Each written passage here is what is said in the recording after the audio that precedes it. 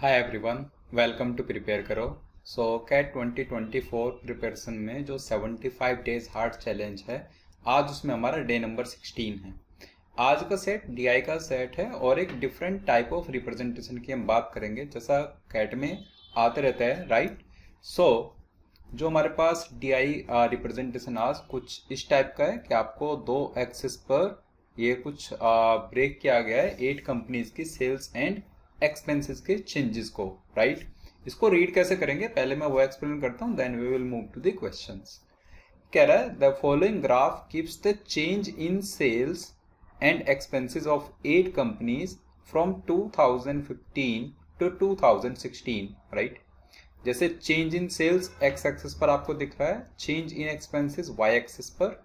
सो अगर किसी कंपनी की बात करें, जैसे एक कंपनी ई है, सो कंपनी ई जिस जगह पर लाई कर रहा है, मतलब वहां पर एक्स एक्सिस भी पॉजिटिव है और वाई एक्सिस भी पॉजिटिव इस क्वाड्रेंट में बेसिकली। तो हम ऐसा कह सकते हैं कि कंपनी ई की सेल्स भी इंक्रीज की हैं और उसके एक्सपेंसेस भी इंक्रीज किए। कितना इंक्रीज किया वो हमें नहीं मालूम है, लेकिन उसकी जो चेंज है उसके सेल्स में वो भी पॉजिटिव चेंज है और एक्सपेंसेस में भी पॉजिटिव चेंज, राइट।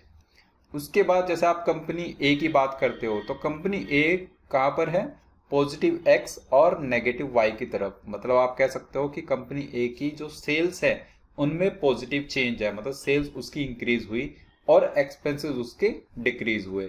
वैसे करके आप हर एक कंपनी के लिए बता सकते हो, राइट। उसके बाद फुट नोट्स में आप देखेंगे तो there is one formula, profit is equal to sales minus expenses. Profit का फॉर्मूला दिया हुआ है, प्रॉफिट किसके बराबर है, सेल्स माइनस एक्सपेंस के बराबर, राइट। एग्जैक्ट वैल्यू तो हम नहीं बता सकते किसी की भी, क्योंकि इस ग्राफ में कोई स्केलिंग नहीं हुई है, तो जब तक स्केलिंग नहीं है तब तक हम नहीं बता सकते, राइट। क्वेश्चंस पर चलता डायरेक्टली, देखते हैं क्या हम कर पाते हैं इसमें से। सो क्वेश्चन नंबर 1 क्या कह रहा है, at least how many companies saw an increase in profits from 2015 to 2016। मतलब जब ये ट्रांजिशन हुआ तो उसमें हमें बताना है उन कंपनीज को, वो मिनिमम नंबर ऑफ कंपनीज जिनके प्रॉफिट में इंक्रीज हुआ। प्रॉफिट किसके बराबर है, सेल्स माइनस एक्सपेंसेस के बराबर। जब आपको ये मिनिमाइज करना है, मतलब आपको डेफिनेट होना है कि ये तो डेफिनेट है, ये कंपनी पक्का इसकी तो जो सेल्स है, मतलब इसका जो प्रॉफिट है वो तो डेफिनेटली इंक्रीज हुआ। ऐसा श्योर शॉट आप कितनी कंपनीज के बारे में बता पा रहे हो, राइट। एटलीस्ट मतलब गारंटी की बात वहां पर करते हैं।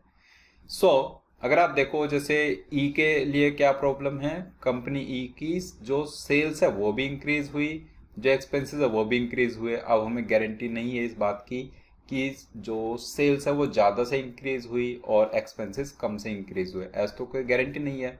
हो सकता है एक्सपेंसेस ज़्यादा बढ़ गए हों, राइट। गारंटी कहाँ पर है, गारंटी है यहाँ पर ए एफ एंड जी में। आप देखिए ध्यान से, अगर हम कंपनी जी की बात करें तो कंपनी जी की सेल्स इंक्रीज हुई और साथ साथ उसके एक्सपेंसेस डिक्रीज हुए। तो अगर ये है तो ये तो परफेक्ट सिनेरियो हो गया। चाहे जो मर्जी, चाहे जितनी भी सेल्स में इंक्रीज हुई हो या जितने भी एक्सपेंस में डिक्रीज हुआ हो, कितना भी वो नंबर हो, हमारा प्रॉफिट तो डेफिनेटली ग्रो करेगा, क्योंकि profit is equal to sales minus expenses, right. तो अगर सेल्स बढ़ी हैं और सेम टाइम एक्सपेंसेस कम हुए हैं, हम कह सकते हैं यहाँ पर डेफिनेट है कि इनका प्रॉफिट इंक्रीज हुआ।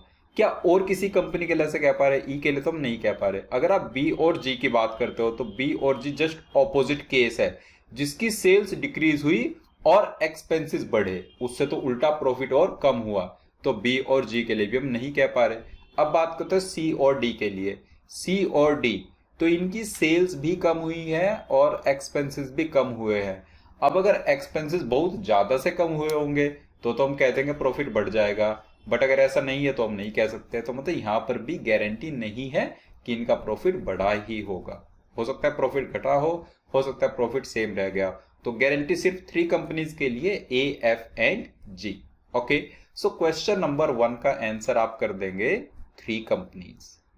ओके, नाउ क्वेश्चन 2 कह रहा है, at most how many of the given companies saw an increase in profits from 2015 to 2016।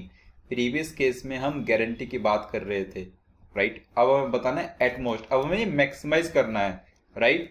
तो हम बेस्ट केस सिनेरियो लेकर के चलेंगे हर एक कंपनी के लिए। गारंटी के केस में वर्स्ट केस सिनेरियो लेकर चलते हैं। सो अगर एटमोस्ट आपको बताना है, मतलब आपको मैक्सिमाइज बताना है, तो बेस्ट केस सिनेरियो कंसिडर करके चलोगे। जैसे हम बात कर रहे थे कि कंपनी ई, गारंटी तो नहीं है कि इसकी सेल्स ज़्यादा से इंक्रीज हुई होगी। अब हम मानेंगे कि ऐसा एक बेस्ट केस हो सकता है कि जिसमें ई की जो सेल्स हैं वो ज़्यादा से इंक्रीज हुई हो और जो एक्सपेंसेस है वो कम से इंक्रीज हुए हो, राइट। तो हम कह सकते हैं ई भी हमारा अब ये पार्ट बन जाएगा कि ई के केस में भी प्रॉफिट इंक्रीज कर जाए, ऐसा पॉसिबल है।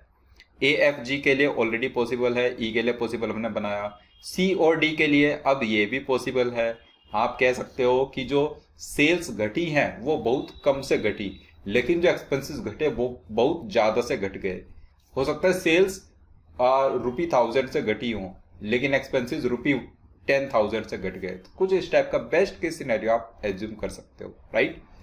क्या बी और जी के लिए पॉसिबल है? तो बी और जी के लिए अभी भी पॉसिबल नहीं है, क्योंकि इसमें नो मैटर सेल्स और एक्सपेंस में कितना चेंज है, ये पार्ट कभी भी आप प्रॉफिट में कन्वर्ट नहीं कर सकते, क्योंकि यहाँ पर एक्सपेंसेस बढ़ रहे हैं और सेल्स घट रही है।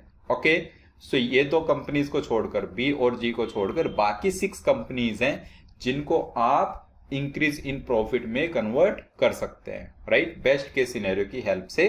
सो क्वेश्चन नंबर 2 का आंसर कितना आ जाएगा? 6। ओके, नाउ चलते हैं क्वेश्चन नंबर 3 पर।